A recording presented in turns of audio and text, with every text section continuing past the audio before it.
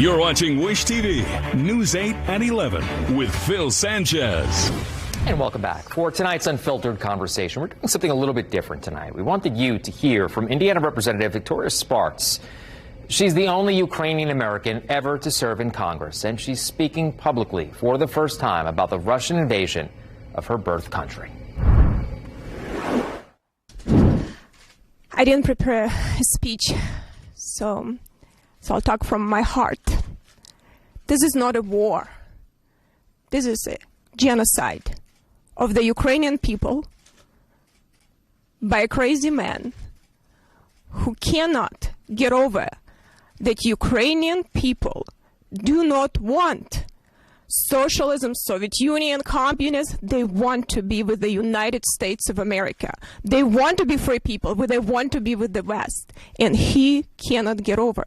I'll tell you a personal story. I have my grandma, she's 95. She is right now in the city of Chernihiv.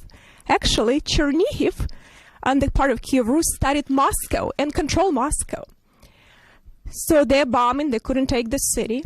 They're bombing civilians non-stop, day and night, the whole city. She has a daughter. She called her daughter. She lives in a little village by Chernihiv.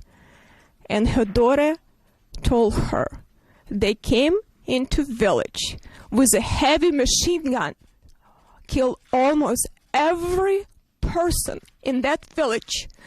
And whatever people were left, women and children, they forced them to work in front of the tanks as a human shield because they cannot take that city. So she told, my mom was shocked. She says, no, don't cry. We are not crying here. We're going to fight, but just give us some guns so we don't just fight with the sticks.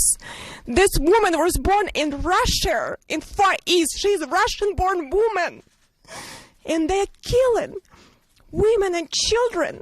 They doing the bombs, vacuum bombs, carpet bombs. They are using illegal weapons. They now have special groups that trying to kill women and children, try to expect to Western Ukraine. I called my friend and she said she was able to get out. Her friend was trying to get out. She saw a woman in the gas station get shot with her children with machine guns. So she stayed in the city. They're leveling the cities to the ground, destroying the people. They're slaughtering them like animals. They're killing the people. It is not a war. It's a genocide because we have a crazy man that believes that he has the whole world hostage. And then we have a president that talks about and doesn't do things. And what is he going to wait when millions die? Then he's going to do more? We have not just a moral duty. We are the leaders of the free world. This is going to be the biggest genocide that ever this world experienced. And they're not asking them to fight for us, but they ask us to help, to become serious, that they have ability to defend themselves.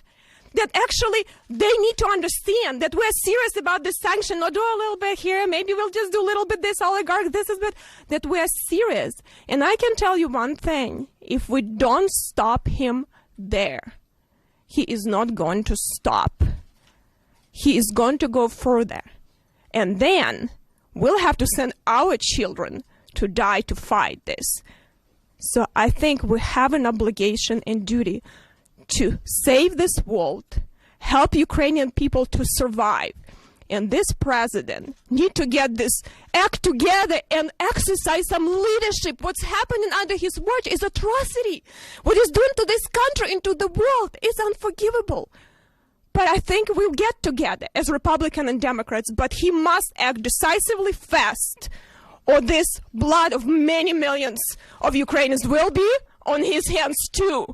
All that oil that with blood that's flowing from Russia and gas, and we are buying that, and Europeans are buying that.